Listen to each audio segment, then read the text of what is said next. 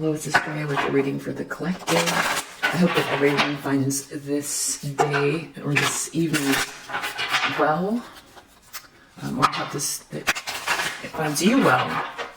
Watch out for scammers in the comments section soliciting you for readings. That's not me. Someone's lost control, I feel. Yeah, Tower.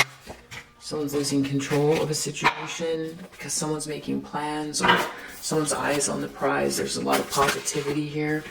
Someone doesn't want to listen to their better judgment. They don't want to listen to, they see all the signs. They know that they should be doing something differently. They want to stay in competition. They want to keep up this friction. They want to put in all the effort that they can to keep someone in the cold or have someone be ostracized, or they're being a dark night of the soul. That's what they want. In the subconscious position, 9 of Wands, what they're trying to do over and over and over again. Queen of Swords reversed is just this being cruel and bitter. So something about that, I don't know if they are thinking about the fact that they are being abusive, cruel, and bitter. I feel like they should know that by now, but maybe it's hard for them to see themselves. I don't know.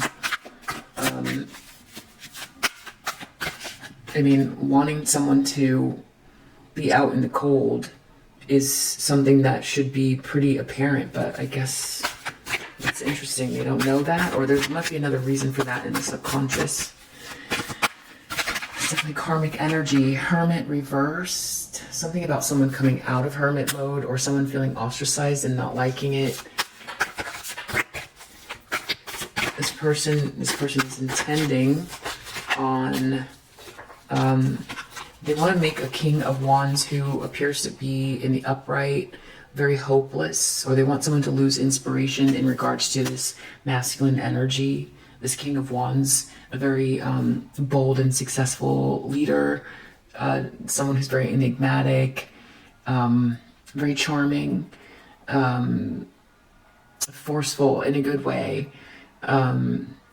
They want someone to be hopeless about that person, or they want that person to be hopeless. It seems like that person's in the upright right now.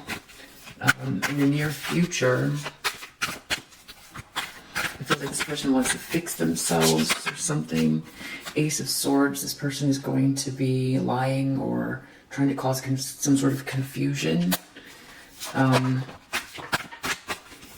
lens that they're looking through, Page of Wands reversed, they feel like they're receiving bad news about something. There's something that they heard that they don't want to hear. This fell on the floor. I picked it up and it's 10 of Cups reversed. So it's like there's no belonging in some environment. It's not a happy family. It's very apparent that this is not everlasting love. It's because it's in the environment. It's 10 of Cups reversed.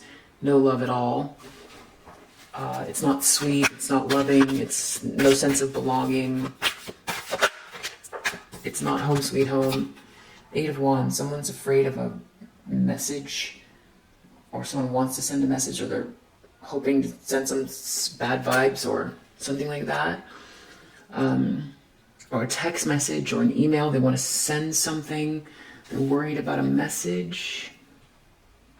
Maybe they're hoping for a message, a text, an email, vibrations. This could be someone making their mind up very quickly. This could be someone falling in love. Outcome.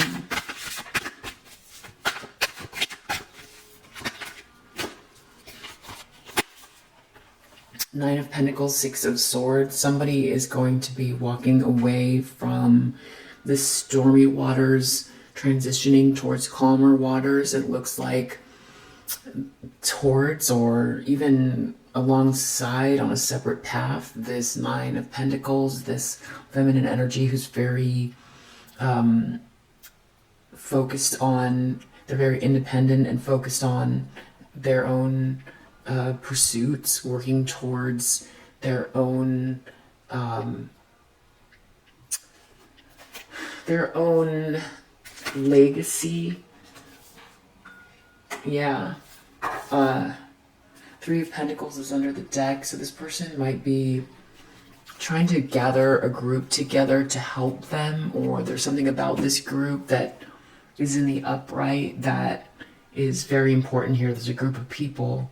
Three of Pentacles in the upright, so these people, there is some sort of cooperation between them. So this person could be feeling threatened by that or weakened by that. So let's use the Kippers. I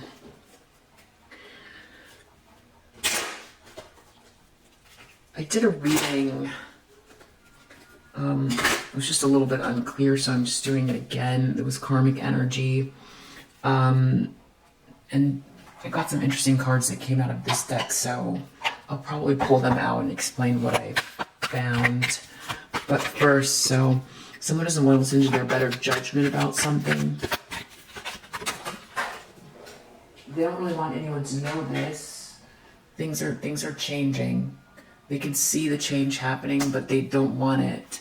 They want to keep this competition going. They want to put a lot of effort into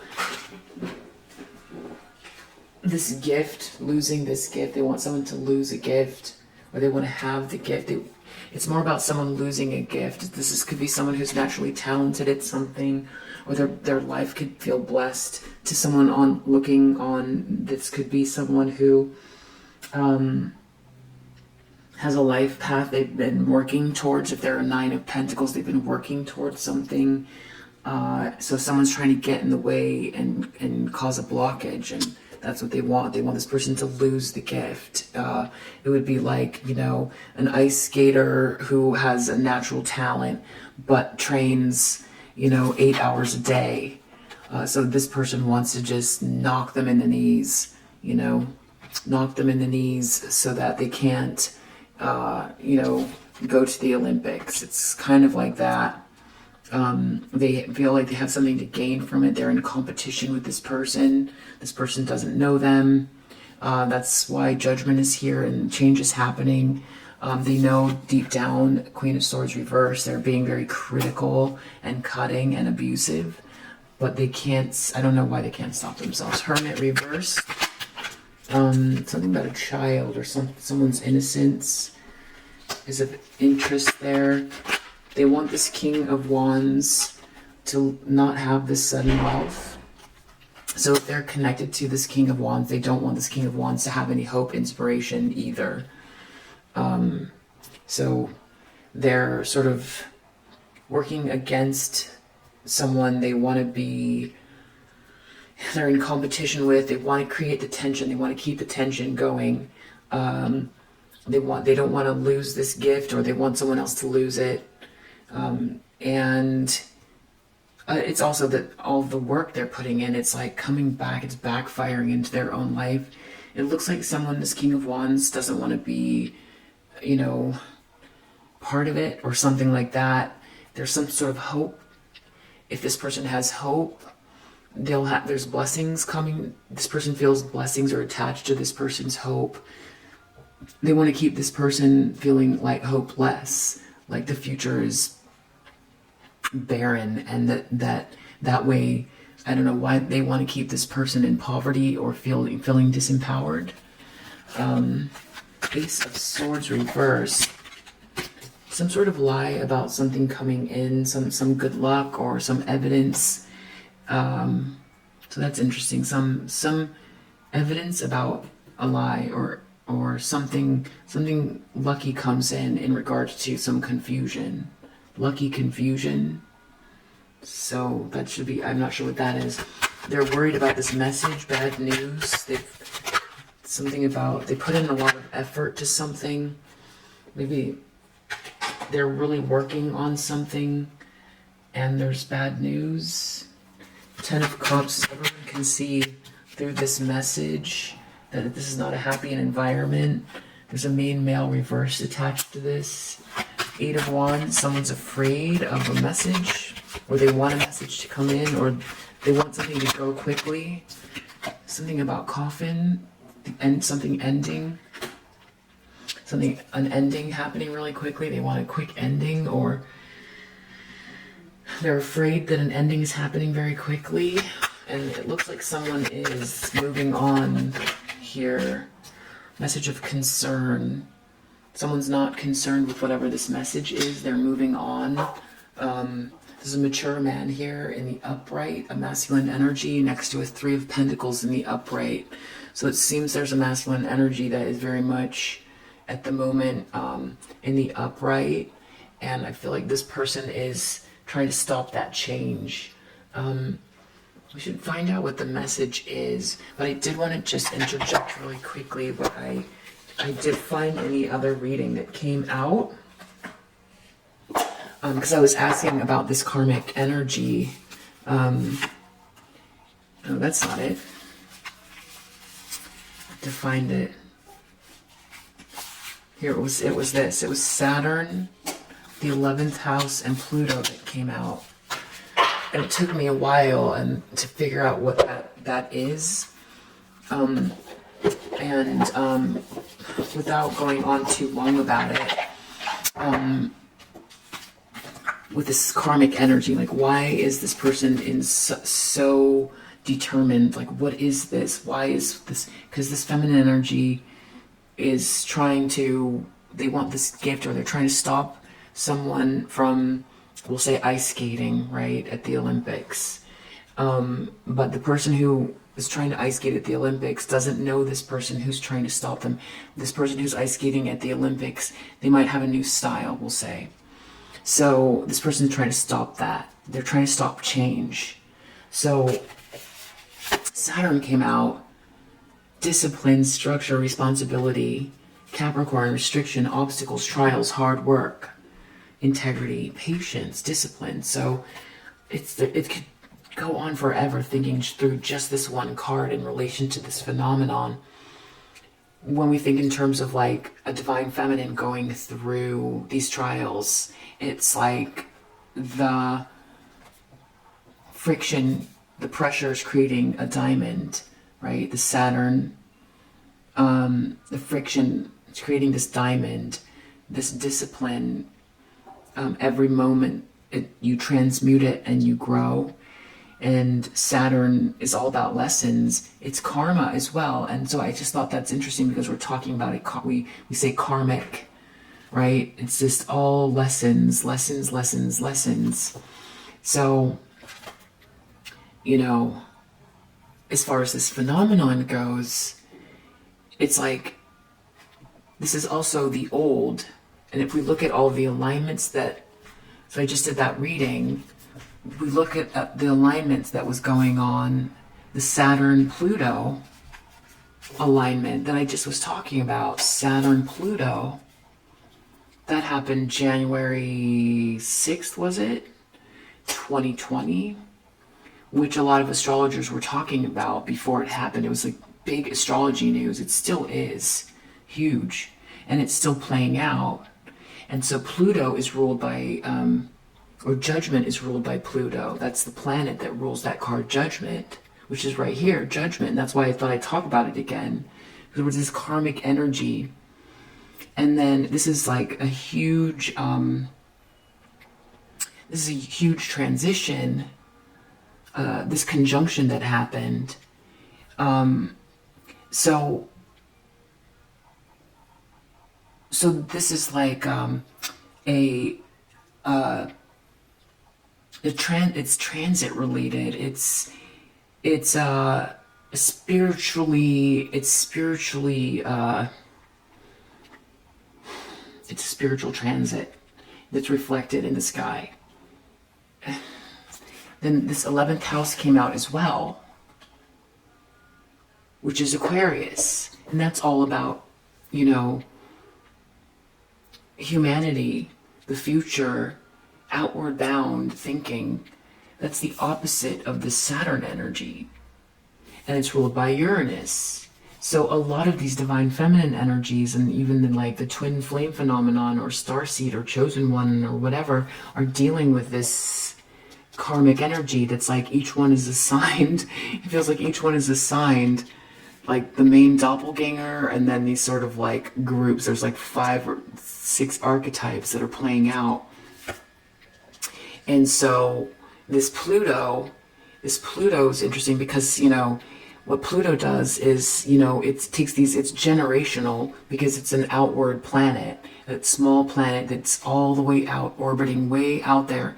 And it takes a long time and generations. It's like, what is it, every 250 years? It, you know, like, because right now we're in the United States, Pluto return, but based on when the country was formed. So it's a generational thing, this Pluto transit, but depending on what house it's in and what it's interacting with, especially these outer planets, become generational shifts.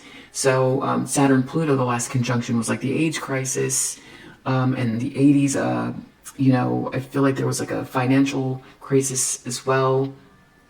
I could be wrong about that, but then before that, it was the Great Depression was also a conjunction. That was this conjunction. That's what happened. And there's a plague, I think in the 1800s as well. Could be wrong about that. You could look it up. But so we just had this, and it's still playing out in a major way. But so Pluto, what it does is, it's like, you know, the underworld, it's judgment. It pulls everything. It's an awakening, right? That's what judgment is. It takes things that are asleep and wakes them up. It's an awakening. So Pluto takes things that are hidden and have been like stagnant and dark and operating under the surface. It brings it up and it transforms it. So it's not death. It's not death, right? That's Scorpio energy. This is Pluto, but Scorpio is also ruled by Pluto. But this is renewal. So hidden power, core truths. So we're dealing with karmic energy, hidden power. These are the 2 cards that came out.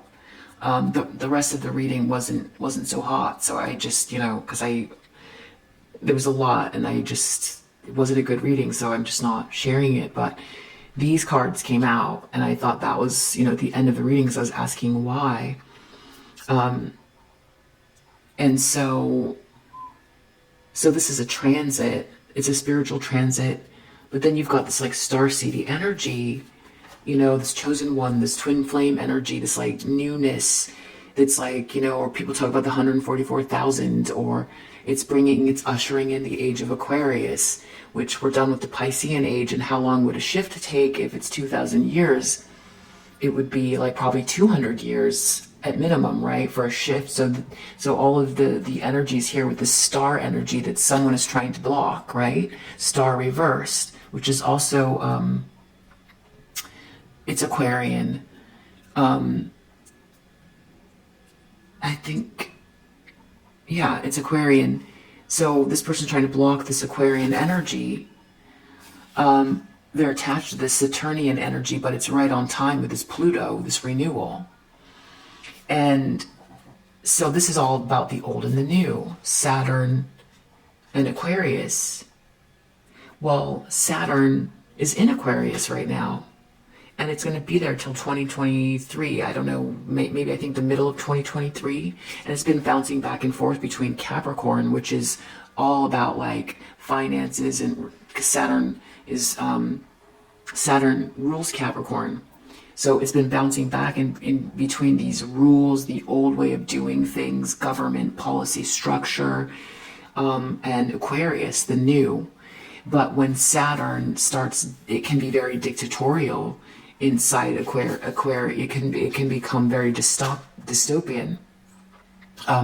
So the other thing that's going on though, and it's kind of a head trip, but Uranus. Right now, everyone knows Uranus is in Taurus. Uranus is in Taurus. Taurus is all about, Uranus shakes things up. It shakes things up. It's like that lightning bolt. It's unexpected, and it's the new. So Saturn sitting in Aquarius is ruled by where it's squaring in Taurus. So it's kind of it's like a head puzzle, but Saturn sitting up here in Aquarius, and the planet that rules Aquarius is over here squaring it in Taurus. Taurus is all about like finances and beauty, but Taurus rules the stock market, you know, and money. And then we're dealing with Saturn, old versus new. And so what we have here is the 11th house over here. I'm sorry, not the 11th house. We have Uranus in Taurus squaring Saturn in Aquarius. So shakeups, like Taurus is also just about the world, things that are solid, that can be counted on, luxury as well. So it's this like square, this tension between old versus new. So I feel like the karmic energies are playing that out, if that makes sense. And if it goes through 2023 and it's all coming up to the surface, it's like the karmic energies are fighting the new. But also everything that they represent is being dug up, and we're playing that out with this hidden power through the old Saturn. Rules need to be there. Rules do need to be there, and Saturn teaches lessons that are invaluable. But Pluto is coming in and taking old rules and breaking them up, but not without a fight. Not without a fight. So I just thought that was really, you know, interesting. And then we're in Uranus is in Taurus, an eclipse, the last two on the Scorpio-Taurus axis. So we've got Scorpio ruled by Pluto and Uranus in in Taurus, which is another layer of this phenomenon playing out. So I feel like that's part of it. I'm sure you guys have more, you know, more on that.